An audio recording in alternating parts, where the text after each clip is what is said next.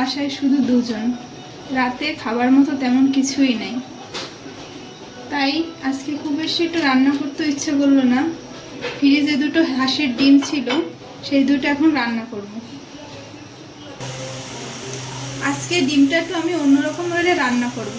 ডিম দুটো আগে আমি পোস্ট করে নেব।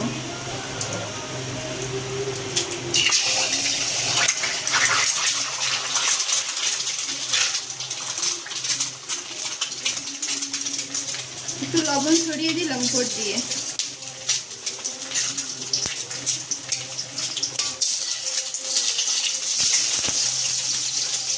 এভাবে যেন কুসুমটা ভেঙে না যায় সেদিকে খেয়াল রাখতে হবে। খুব বেশি একটা ভাজবো না, অল্প ভাজে নামাই নেব।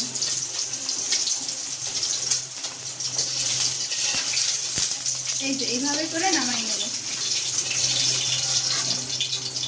এই যে আমার একটা হয়ে গেল।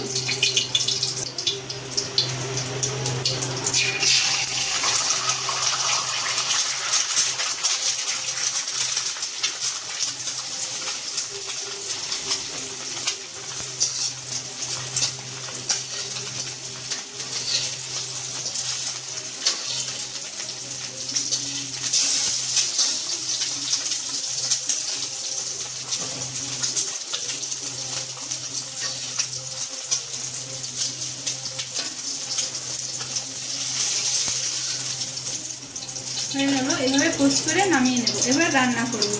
আমি আরেকটু তেল দিয়ে দিলাম।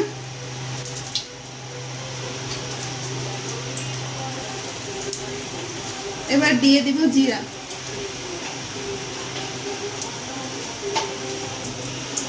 জিরাটা যখন একটু লালচে হয়ে যাবে তখন দিয়ে দিব পেঁয়াজ আর রসুন কুচি।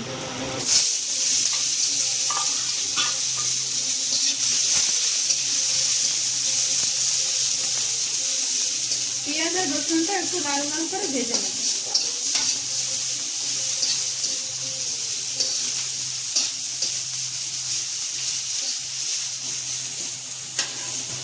আমি আরেকটু তেল দিয়ে দেব।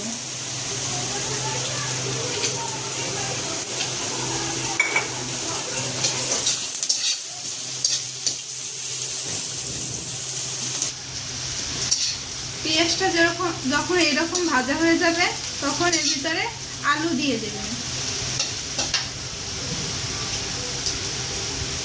আলুগুলো এভাবে করে কাটবেন, এরকম কুচি কুচি করে, তাহলে খেতে ভালো লাগবে।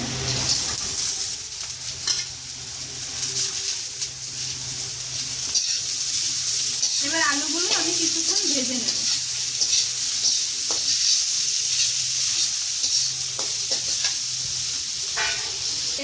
এর ভিতরে দিয়ে দেব সামান্য একটু লবণ, হলুদের গুঁড়া।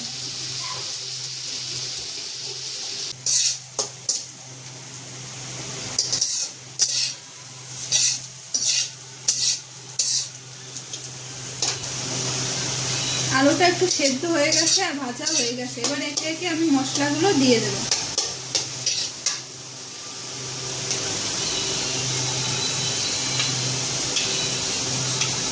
প্রথমেই দিয়ে দেব জিরা বাটা, এরপর দিয়ে দেব আদা বাটা,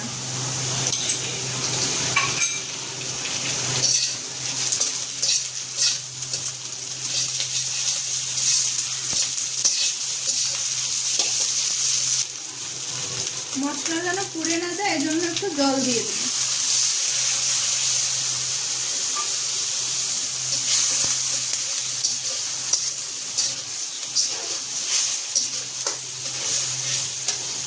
এরপরে দিয়ে দেব হলুদের গুঁড়া।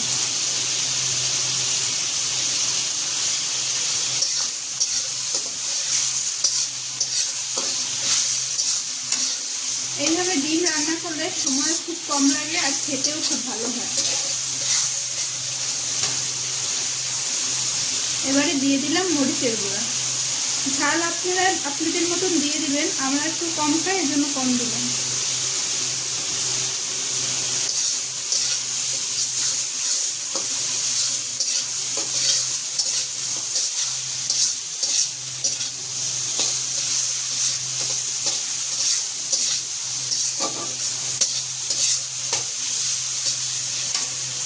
দিয়ে দিব একটু সামান্য চিনি। আপনারা চিনি নাও দিতে পারেন, ইচ্ছে করে দিবেন।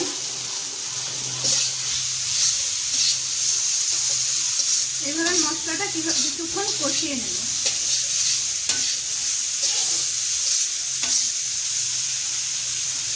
বেশি নাড়াচাড়া করা যাবে না, কারণ আলুগুলো তাহলে ভেঙে যাবে। আমি আর একটু জল দেব, জল দিয়ে তারপর কষাবো।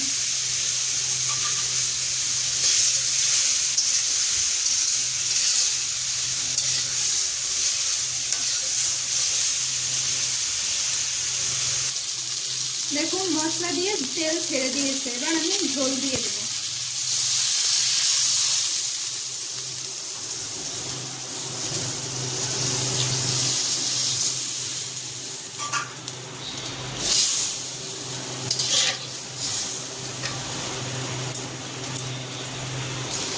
এবার লবণটা দিয়ে দেব।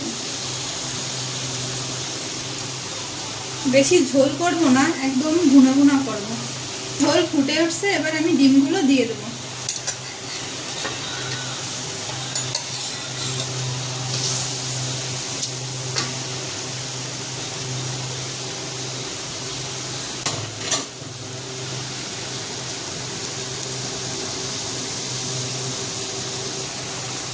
এবার একটু সময় রান্না করলেই হয়ে যাবে। এটা হলো ঝটপট রান্না।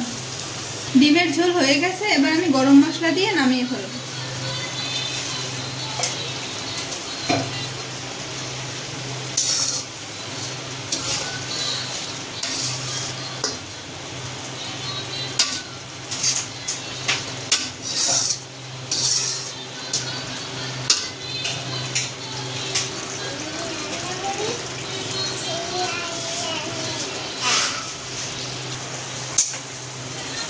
ডিমের ঝোল রান্না করা হয়ে গেছে, এবার নামাই নেব।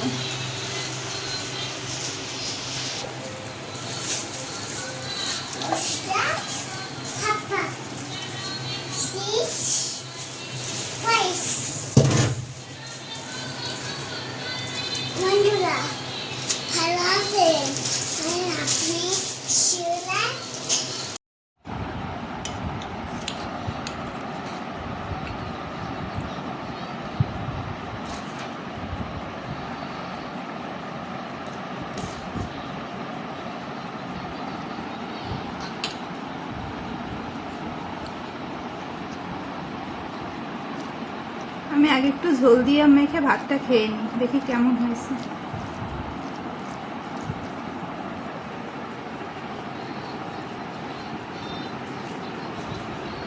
ঝোলটা খুবই ভালো হয়েছে।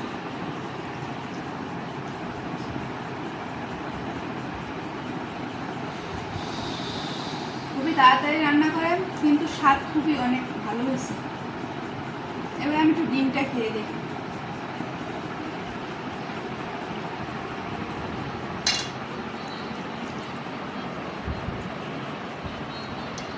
দেশি হাঁসের ডিম দেখছেন, কুসুমটা কি সুন্দর লাল ভিতরে।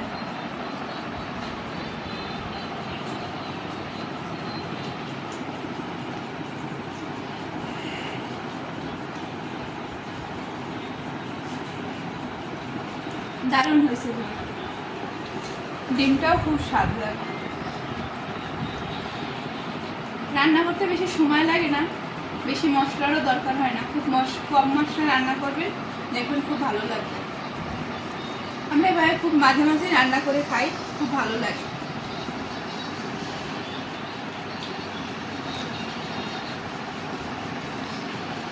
ডিমটা কিন্তু খুব নরম হয়েছে ভিতরে।